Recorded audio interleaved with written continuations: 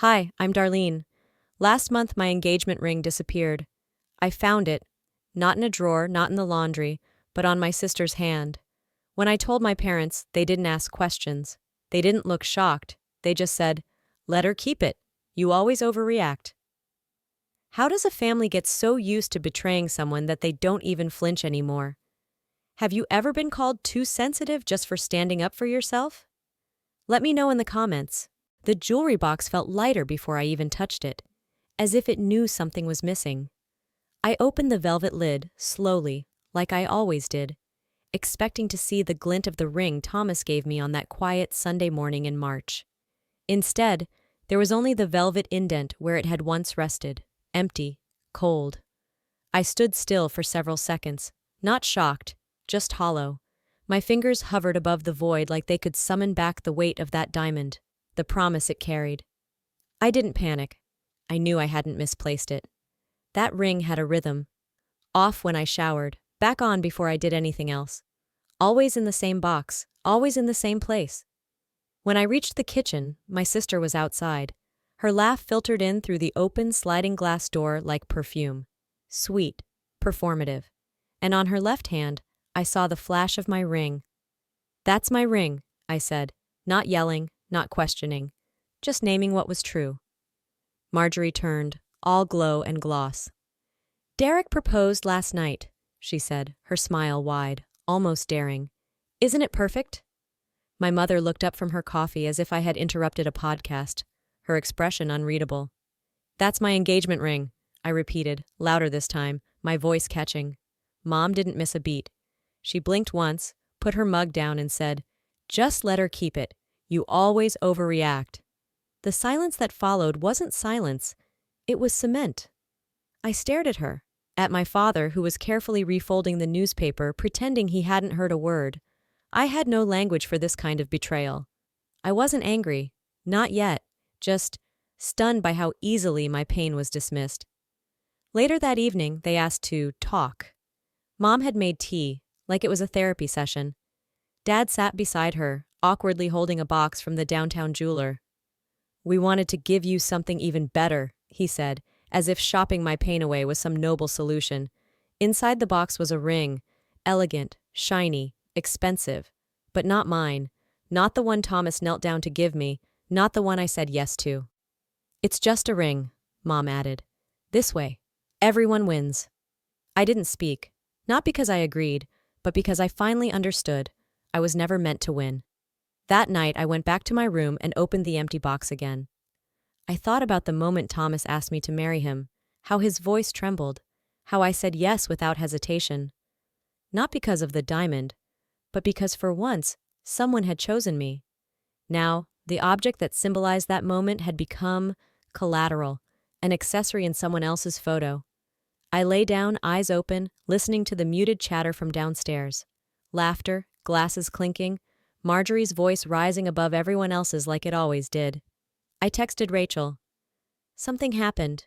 I think this time I can't pretend it didn't." Outside, Marjorie was twirling in the garden. The moonlight caught the ring on her finger like it belonged to her, but it didn't. And neither did the silence that had always been expected of me. I wasn't just losing a ring. I was losing the last illusion that this family would ever protect me. It started with a retreat. Marjorie had just broken up with some guy whose name I don't even remember now. She showed up at my apartment wearing oversized sunglasses and that same old cardigan she always threw on when she wanted sympathy. "It's just for a few days," she said. "Somewhere to breathe, mend, reset." I had just started my first job. A tiny desk, a $5,000 credit card limit, a budget that didn't include healing retreats. But she needed my help, and I said yes. Not because I could afford it, but because that's what you do when your sister looks broken and you've been taught to fix things. She took my card and promised, "It's refundable. I'll pay you back the minute I'm reimbursed." 3 months later, the bill arrived. Not just the retreat, flights, spa treatments, room service. Marjorie had lived like a celebrity and disappeared like a ghost. When I asked her, she blinked and said, "You're good with money. I figured you'd just cover it. You always do." I didn't yell. I didn't demand. I paid it. Quietly. a month of rice, canned soup, and declining every invitation to brunch or happy hour. One night, I brought it up at dinner, not to shame her, just to ask when she planned to make it right. My mother put her fork down and said, "Didn't you say you were happy to help her, after everything she'd been through?" I looked at her like she'd spoken in a language I never learned. "I never said that," I replied. My father kept eating. Marjorie scrolled on her phone. The next week, at a cousin's birthday party, my aunt hugged me and whispered, "You're such a generous soul. Not everyone would step up like that." And just like that, I was recast. Not as the sister who'd been taken advantage of, but as the one who gave willingly, graciously, happily. It was a lie they preferred, a version of me that served their peace. So I stopped bringing it up. I didn't forget. I just filed it away, like a receipt that kept accumulating interest. Back in the present, I clicked into my credit account, paid in full, no late fees, no outstanding balance. Everything neat, except the memory. I leaned back in my chair and opened a note on my laptop. It started as a list of numbers: $4,287.91 for the retreat, $62.19 for the overdraft charge. But it became more than that. It became a record of every moment I let something go to keep the peace, every time I swallowed my truth to protect someone else's comfort, every time I played the strong one and watched them rewrite the scene as if I'd volunteered for the role. They weren't debts. Not really. They were boundaries, crossed and crossed again. I opened a folder on my desktop and named it Family Records. It was empty, for now, but not for long. If they could rewrite history, I could start writing the truth. I remember the smell of helium and frosted cake.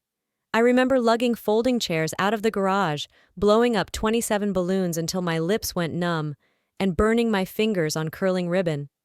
I remember the playlist I made, a blend of Sinatra and Springsteen, because my dad loved nostalgia with his barbecue. I remember everything, but no one else seems to. Marjorie showed up halfway through the party with a plastic container of cupcakes from a bakery downtown and a phone in selfie mode.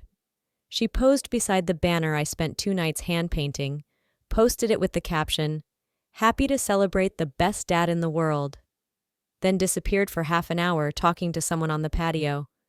My aunt hugged her later and said, "You always make things feel special, sweetheart." I stood nearby, holding a tray of sandwiches I had layered one by one that morning while the rest of the house slept. No one said a word to me. That night at dinner, my mother raised a glass and said, "Thank God for Marjorie. Without her, this whole thing would have been a disaster." She smiled. Everyone nodded. I opened my mouth. "Actually, Darlene," my mom said, lowering her glass, "can't you just let your sister have her moment? Don't make this about you." And I knew. It had never been about me. Later, in front of distant relatives, someone asked who planned everything. I cleared my throat to speak. "Oh no," my mother laughed, reaching for the deviled eggs. "Darlene's good with numbers, not napkins." Polite chuckles. A few turned heads. I smiled back, swallowed what I wanted to say, and excused myself to the kitchen. The punch bowl was empty. I filled it. Alone. Back in the present, a text thread lit up on my phone. "Should we do something for Dad's birthday again this year?" my cousin asked.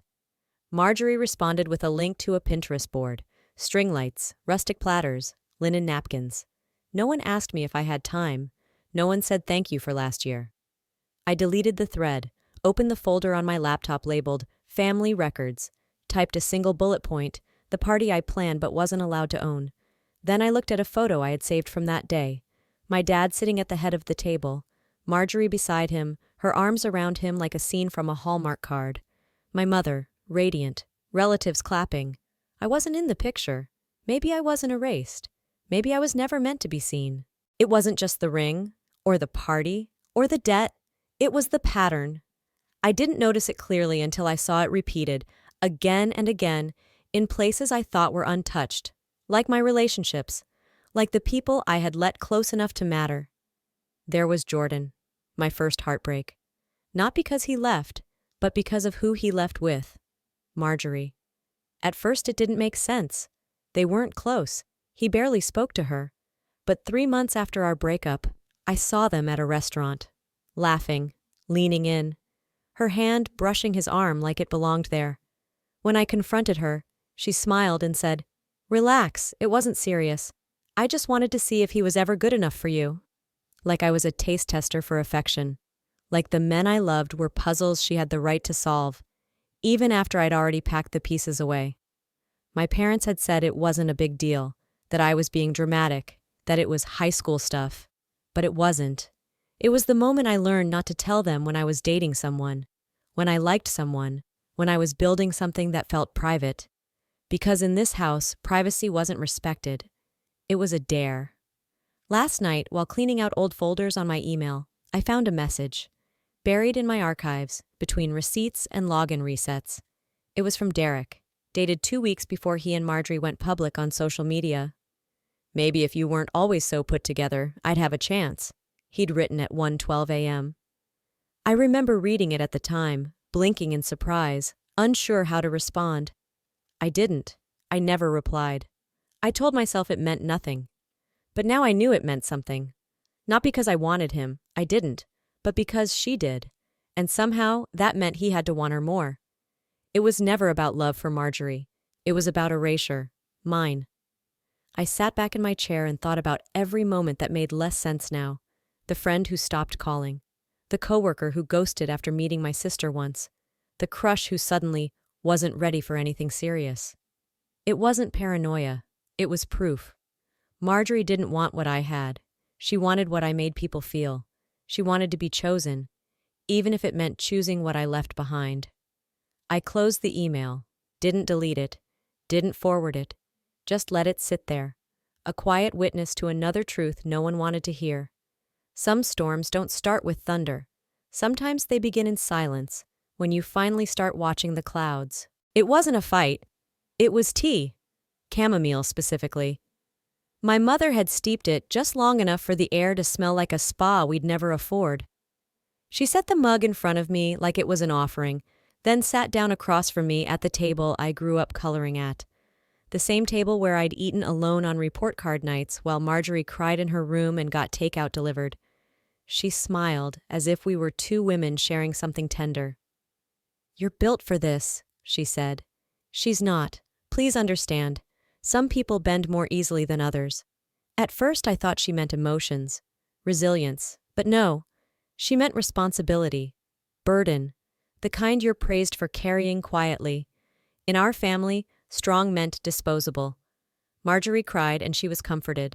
I spoke calmly, and I was told to keep the peace. She was delicate, I was dependable. She made messes, I cleaned them up, she was adored. I was expected. I used to think strength meant I could handle more. Now I know it just meant no one ever bothered to ask how much I was holding. Later that week, my father found me in the garage while I was digging through a bin for old photo albums. He stood there awkwardly, rubbing the back of his neck like the apology was stuck in his throat. "I know it wasn't fair," he said. "But sometimes you have to play the long game. You let things go for the greater good." I stared at him, still holding the box labeled Christmas 2004. "So I'm the sacrifice?" I asked, voice flat. He didn't flinch, just looked at me the way people look at something they already decided they can't fix. I left the house that night without saying a word. Not out of rage, but because for the first time I realized I wasn't grieving something I'd lost. I was grieving something that never really existed. I sat in the parking lot of a gas station and wrote in the back of my planner, the one I always carried but never filled. When someone calls you strong, ask if they mean it, or if they just want to stop holding anything themselves. The next morning, I went through my closet and pulled out a shoebox tucked beneath the sweaters I never wore. Inside were birthday cards I had written to my parents, thank you notes, graduation announcements, every carefully penned gesture of love and duty they had never once acknowledged. I placed them in a small box, sealed it with tape. They think I'm leaving in anger. But I'm not. I'm leaving because they warned me who they were, and I finally believed them. I was 19 when the acceptance email arrived. A scholarship to study abroad, 1 year in the UK. Housing covered, airfare included. I had read it 3 times before telling anyone. When I showed my mom, she smiled politely and asked if the program would interfere with holidays or family events. 3 days later, Marjorie's car slid into a stop sign in the rain. A sprained wrist, some bruised ribs, and a mild concussion. Nothing life-threatening, nothing unmanageable. But she was scared, and everyone looked to me. "You'll be around to help, right?" Mom said, pouring coffee like we were discussing dinner plans. I was never really asked, just assumed, so I stayed.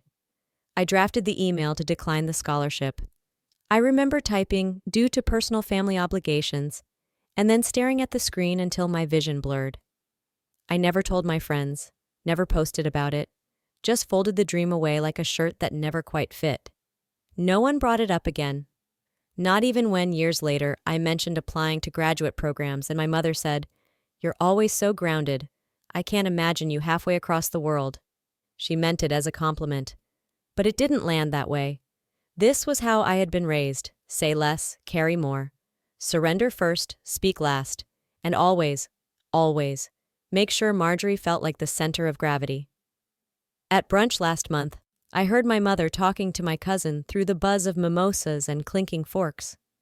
"Marjorie's been through so much," she said, gently placing her hand on her chest. "That accident years ago, the trauma. But she never let it define her. She pulled herself through." I bit down hard on my toast. There was no mention of the weeks I spent driving Marjorie to physical therapy, monitoring her meds, sitting outside her door when she cried herself to sleep because her boyfriend hadn't come to visit. I wasn't needed in that version of the story. I wasn't even included. That night, I was folding laundry when the voicemail came in. Stone and Gold Jewelers. A calm, even voice. We had a woman come in with a ring she wanted resized. The serial number matches a piece purchased under the name Thomas Raines. I played it again. Then again. Not because I didn't believe it, but because something inside me needed to hear someone, anyone, confirm the truth. For once, I wasn't the one asking for proof. I was holding it. I sat at my desk and opened the folder on my computer labeled Documentation. I started dropping things in: screenshots, receipts, voicemails, the things they forgot, the things I'd been told to forget. They had built a version of her from my silence. Let's see how she holds up when I speak. The number didn't feel right.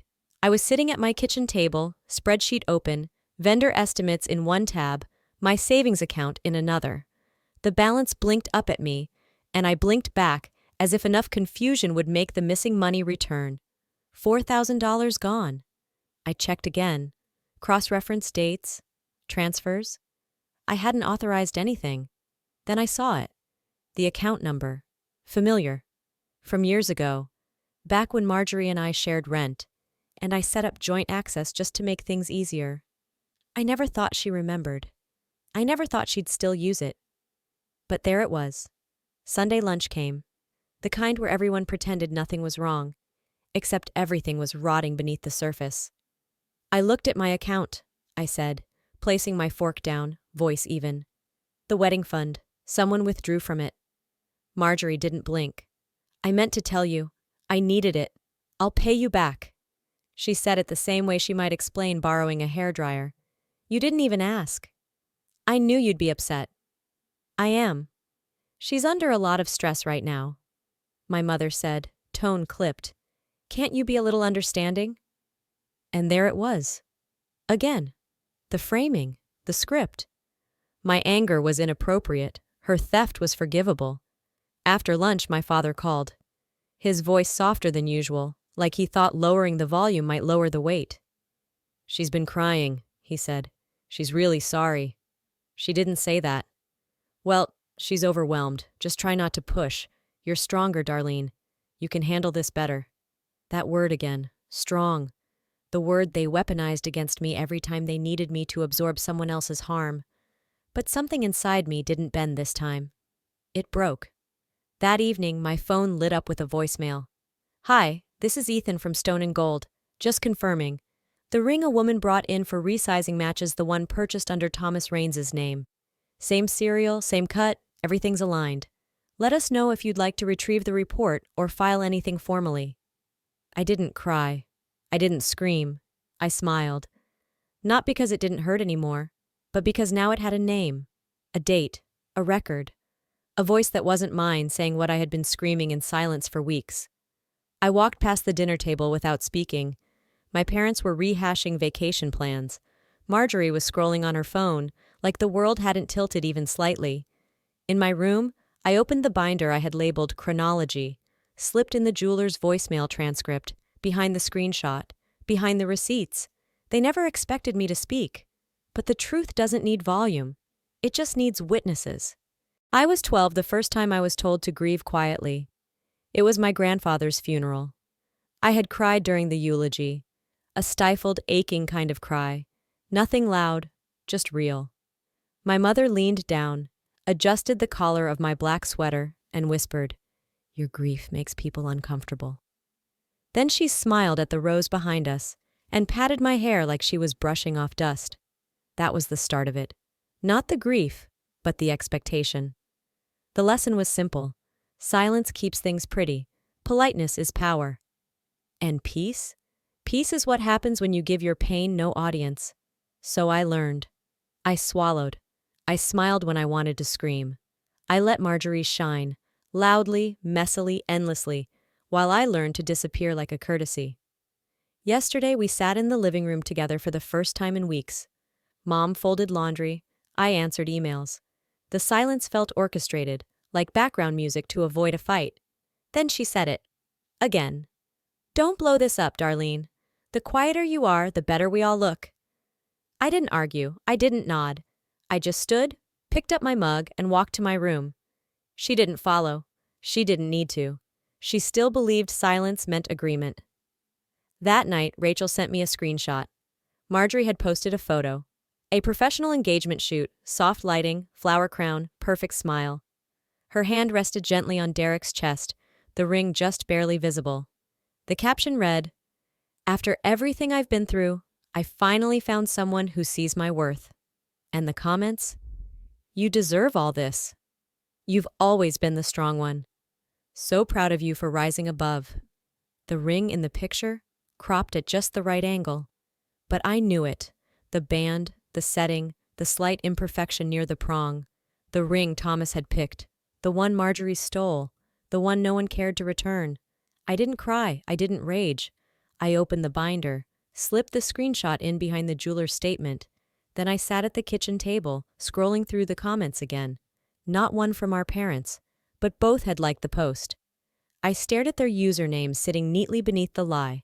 Then I opened a new email. Subject: Inquiry regarding fraudulent use of property, drafted to the jeweler. Subject: Update on our last conversation, drafted to Thomas. Subject: This is how you get your name back, drafted to myself. I didn't send any of them, not yet. The hallway was quiet when I left the kitchen. My mother stepped out of the bathroom just as I passed. She opened her mouth to speak. I didn't stop. They wanted silence. What they'll hear next is the sound of me walking away and not looking back. The wind through the open window didn't feel like escape. It felt like arrival. I zipped the last corner of the suitcase and placed it by the door. Just to carry on. I wasn't running. I wasn't starting over. I was simply leaving, lighter than I'd ever been. The house was quiet. Not the quiet of peace, but of something broken that no one was ready to fix. My parents hadn't spoken much in days. Marjorie's room was empty. She'd packed her things quickly, the way people do when they still believe they're the victim. The Instagram post had disappeared overnight, so had the comments, but the screenshots were still in my binder, and the memory? That never vanished.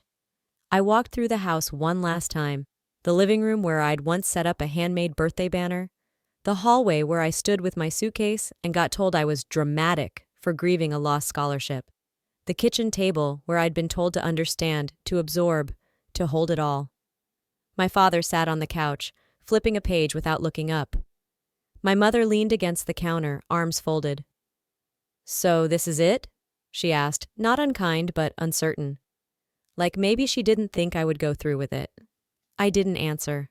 Rachel's text buzzed my phone on the way to the car. "Did you see Derek's post?"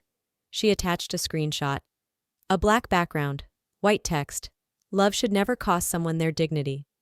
He had unfollowed Marjorie. I stared at the screen. Not smiling, not smug, just still. My hands didn't shake anymore. I wasn't angry. I was done. My father knocked gently on the car window before I drove off. I rolled it down halfway. He held out a small, square package, wrapped in tissue, the kind you find at the bottom of a drawer, soft and slightly yellowed. "Your graduation photo," he said. "We never hung it up. Thought you might want it." I took it without a word. "I'll send you the address," I said. "If you ever want to visit, on my terms." He nodded. Not yes. Not no. Just a man who'd run out of ways to pretend this was normal.